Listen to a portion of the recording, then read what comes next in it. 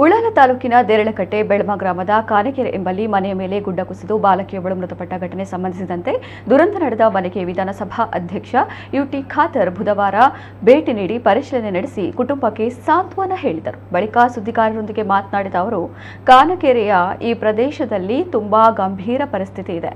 ಮಳೆಗಾಲ ಮುಗಿಯುವ ತನಕ ತಾತ್ಕಾಲಿಕವಾಗಿ ಇನ್ನಷ್ಟು ಗುಡ್ಡ ಕುಸಿಯದಂತೆ ಸಂರಕ್ಷಣಾ ಕ್ರಮಗಳನ್ನು ತೆಗೆದುಕೊಳ್ಳಲು ಅಧಿಕಾರಿಗಳಿಗೆ ಸೂಚಿಸಿದ್ದೇನೆ.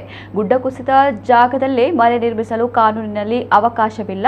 ಪರ್ಯಾಯವಾಗಿ ಪ್ರಕೃತಿ ವಿಕೋಪದಡಿ ಅವಕಾಶಗಳ ಬಗೆಗೆ ಅಧಿಕಾರಿಗಳೊಂದಿಗೆ ಚರ್ಚಿಸಿದ್ದು ಅಲ್ಲದೆ ಮಾನವೀಯತೆ ದೃಷ್ಟಿಯಿಂದ ಇನ್ನಷ್ಟು ಅನುಕೂಲತೆ ಮತ್ತು ಅನುದಾನ ಒದಗಿಸಿಕೊಡುವಂತೆ ಮತ್ತೊಮ್ಮೆ ಕಂದಾಯ ಸಚಿವರು ಹಾಗೂ ಮುಖ್ಯಮಂತ್ರಿಯವರೊಂದಿಗೆ ಚರ್ಚಿಸುತ್ತೇವೆ ಎಂದರು. ಸಹಾಯಕ ಆಯುಕ್ತರಾದ ಹರ್ಷವರ್ಧನ್, ತಾಲೂಕು ಪಂಚಾಯತ್ ಕಾರ್ಯನಿರ್ವಹಣಾಧಿಕಾರಿ ಗುರುದತ್, ತಹಶೀಲ್ದಾರರಾದ ಪುಟ್ಟರಾಜು, ಪಿಡಿಒ ರಮೇಶ್ ಮೊದಲಾದವರು ಉಪಸ್ಥಿತರಿದ್ದರು. ಮಂಜನಡಿ ಗ್ರಾಮದ ಮೋಂಟಿಪದವು ಕೊಪ್ಪಳ ಪ್ರದೇಶದಲ್ಲಿ ಗುಡ್ಡದೊಂದಿಗೆ ಮನೆ ಕುಸಿದು ನಡೆದ ದುರಂತದಲ್ಲಿ ಗಂಭೀರ ಗಾಯಗೊಂಡು ದೇರಳಕಟ್ಟೆ ಆಸ್ಪತ್ರೆಯಲ್ಲಿರುವ ಅಶ್ವಿನಿ ಹಾಗೂ ಕಾಂತಪ್ಪ ಪೂಜಾರಿ ಅವರನ್ನೂ ಭೇಟಿ ಮಾಡಿ ಆರೋಗ್ಯ ವಿಚಾರಿಸಿದರು.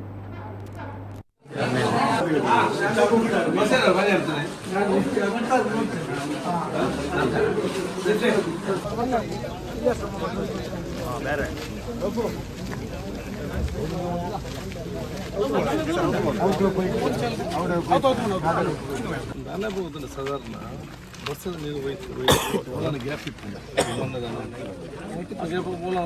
ಶೇಖರ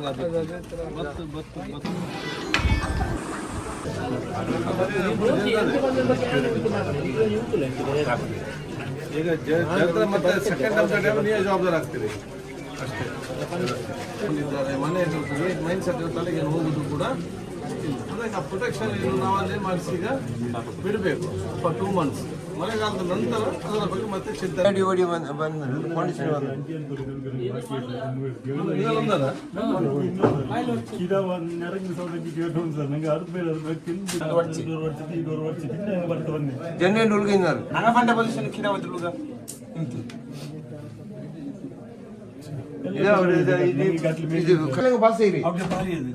ಎಲ್ಲ ಅಡ್ಡಿಲ್ಲ ಬಂದು ಇಂಜೆ ಬಂದ್ರೆ ಜನಸೀಲ ಬಂದ್ರೆ ಅಲ್ಲಿ ಅಂಜೆ ಬಂದು ಇಂಜೆ ಬಂದು ಒಟ್ಟಿಗೆ ಬಂದು ಒಂದು ಟಾರ್ಗೆಟ್ ಆಗಿ ಬಂದವಲ್ಲ ಜನಸೀಲ ಬಂದು ಅಟ್ಯಾಕ್ ಹಾಕಿ ಬಂದು ಸರ್ ಅಪರ್ತುಂಡು ನೋಡಬೇಕಾದ್ರೆ ಇವರು ಕಟ್ಟುವಾಗ ಯಾವಾಗಲೂ ಮಂಗಳು ಬಾಪ ಮಗಳು ಕಿರೋ ಒಂದು ಮೊದಲು ಒಟ್ಟಿ ಬಲ್ಚ ಬಂದರೆ ಪಾಂಡಿಚೇರಿ ಬಂದರೆ ಅವರು ಸಣ್ಣ ಡೀಪ್